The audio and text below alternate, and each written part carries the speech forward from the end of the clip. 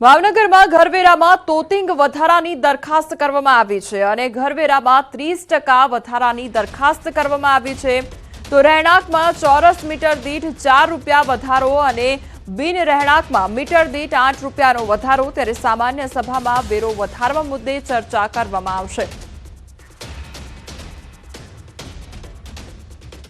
વલસાડના તિથલ રોડ પર કોલેજ કેમ્પસની બહાર જ જાહેરમાં મારામારી કરવામાં આવી હતી અને બે યુવકો વચ્ચે કોઈ વાતને લઈને જાહેરમાં ઝપાઝપી થઈ ગઈ હતી।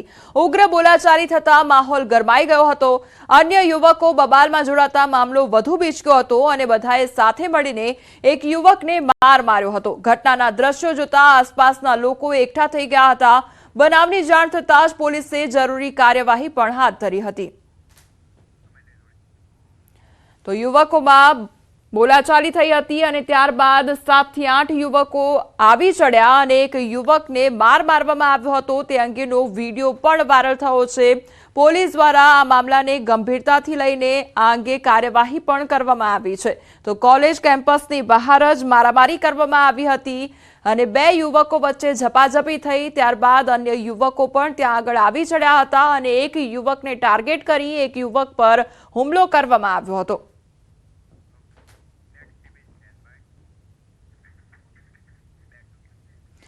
અમદાવાદના મકરબામાં કેન્ટીનમાં તોડફોડ બાદ આગ લગાડવાના કેસમાં નવો વળાંક સામે આવ્યો છે। ઇન્દ્રપ્રસ્થ બિઝનેસ પાર્કમાં આવેલ કેન્ટીનમાં તોડફોડ કરનારા બે શખ્સો ઇકો કારમાં મોઢે રૂમાલ બાંધીને આવ્યા હતા। સીસીટીવીમાં જોઈ શકાય છે કે બે બુકાનીધારી શખ્સો કેન્ટીનમાં ઘૂસી તોડફોડ કરી રહ્યા છે, જે બાદ આગ લગાડી હતી। સરખેજ પોલીસે સીસીટીવી ફૂટેજના આધારે ફરિયાદ નોંધી વધુ તપાસ શરૂ કરી છે। પ્રાથમિક તપાસમાં સામે આવ્યું છે કે આગ લગાડવા આવેલા ઈસમો પહેલાથી જ પ્લાસ્ટિકના કેનમાં જલદ પ્રવાહી લાવ્યા હતા। એટલું જ નહીં પણ પહેલા ટીવી અને ટેબલમાં તોડફોડ કરી નુકસાન પહોંચાડ્યું, બાદમાં આગ લગાડી હતી। હાલ પોલીસે અલગ અલગ થિયરી આધારે શખ્સોને ઓળખી ઝડપી લેવા ચક્રો ગતિમાન કર્યા છે। સાંજના બે જણા બુકાનીધારી આવ્યા હતા એક ઇકો કાર લઈને અને હાથમાં એક પીળા કલરનું કેન હતું। પહેલાં આવીને એમને ધોકાથી તોડફોડ કરી અને પછી જે કેમિકલ હતું એ જમીન ઉપર રેડી અને પછી આગ લગાડી દીધી।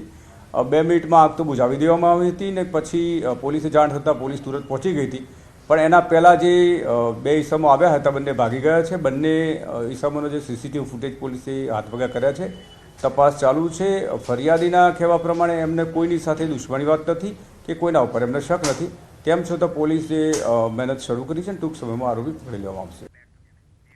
સુરતમાં ચાલુ ટ્રેનમાં ચડવા જતા મુસાફરનો જીવ માંડ બચ્યો હતો। દુર્ઘટના થતા રેલવે પોલીસે મુસાફરને બચાવ્યો હતો।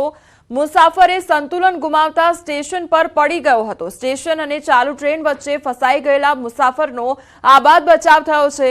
રેલવે પોલીસની સતર્કતાથી મુસાફરને બચાવી લેવામાં આવ્યો। સુરત રેલવે સ્ટેશન પર પ્લેટફોર્મ નંબર 1 પર પહોંચી દરમિયાન બનાવ બન્યો હતો અને અકસ્માતની ઘટના રેલવે પ્લેટફોર્મ પરના સીસીટીવી કેમેરામાં કેદ થઈ છે। ડાકોર ઉમરેઠ રોડ પર આવેલી શેઠી નદી નાળામાં કાર ખાબકી ગઈ અને ઇકો કાર પૂર ઝડપે આવી રહી હતી। તે સમયે કાર ચાલકે સ્ટીયરિંગ પરથી કાબુ ગુમાવતા દુર્ઘટના સર્જાઈ હતી। કારમાં સવાર બે લોકોનો આબાદ બચાવ થયો છે। નાની મોટી ઈજા થતા બંને વ્યક્તિઓને સારવાર અર્થે ખસેડવામાં આવ્યા છે। ઇકો કાર ગળતેશ્વર તાલુકામાં આવેલા માલવણ ગામની હોવાની પ્રાથમિક માહિતી સામે આવી છે। સુરતમાં લૂંટ અને ગેંગરેપની ઘટના સામે આવી છે। પૂર્ણા ગામ ગીતાનગર સોસાયટીની આ ઘટના કે જ્યાં બે યુવકે ઘરમાં ઘૂસીને મહિલા સાથે દુષ્કર્મ બાદ લૂંટ ચલાવી હતી। પોલીસ કાફલો ઘટનાસ્થળે પહોંચી વધુ તપાસ હાથ ધરી છે। તો સુરત ક્રાઇમ બ્રાન્ચ અને સ્થાનિક પોલીસ પહોંચી ગઈ છે। મહિલા સાથે 30,000ની લૂંટને પણ અંજામ આપ્યો।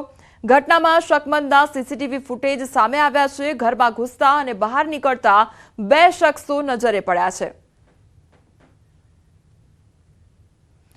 વડોદરામાં એનઆરઆઈના બંધ મકાનમાં ચોરીને અંજામ આપવામાં આવ્યો છે। માણેજા વિસ્તારમાં એનઆરઆઈના બંધ મકાનમાં 2 દિવસ અગાઉ તસ્કરો હાથફેરો કર્યો હતો। ચોર ટોળકી $4800 અને 7 તોલા દાગીના સહિતની મત્તા ચોરી કરી ફરાર થયા હતા। પોલીસે ડોલરની કિંમત 0 અને દાગીનાની કિંમત સામાન્ય ગણાવતા વિવાદ વકર્યો અને પોલીસે ડોલર, હીરા સહિત 25 લાખની ચોરી સામે 1.53 લાખની ફરિયાદ નોંધી। પોલીસની કામગીરીથી નારાજ એનઆરઆઈ એમબીસીમાં ન્યાય માટે પહોંચ્યા। એમબીસીમાં ફરિયાદ બાદ પોલીસના ઉચ્ચ કક્ષાના અધિકારીઓ દોડતા થઈ ગયા। જેસીપી ડીસીપી સહિતના અધિકારીઓએ સ્થળ મુલાકાત લીધી અને પોલીસ દ્વારા હવે નવેસરથી ફરિયાદ નોંધવાની તજવીજ હાથ ધરાઈ છે। સમગ્ર મામલે હવે આગળની તપાસ ક્રાઇમ બ્રાન્ચ કરશે। સુરેન્દ્રનગરમાં ભૂમાફિયાઓ પર તવાઈ બોલાવવામાં આવી છે। ખનીજ ચોરી સામે ડેપ્યુટી કલેક્ટરની ટીમની કાર્યવાહી હાથ ધરવામાં આવી છે। ડમ્પર તેમજ કાર્બોસેલ કપચી સહિતનો મુદ્દામાલ જપ્ત કરવામાં આવ્યો છે। તંત્રે 60 લાખનો મુદ્દામાલ જપ્ત કર્યો છે। ગેરકાયદેસર ખનીજ ચોરી સામે હવે તવાઈ બોલાવવામાં આવી છે। ખેડાના નડિયાદ એક્સપ્રેસ હાઈવે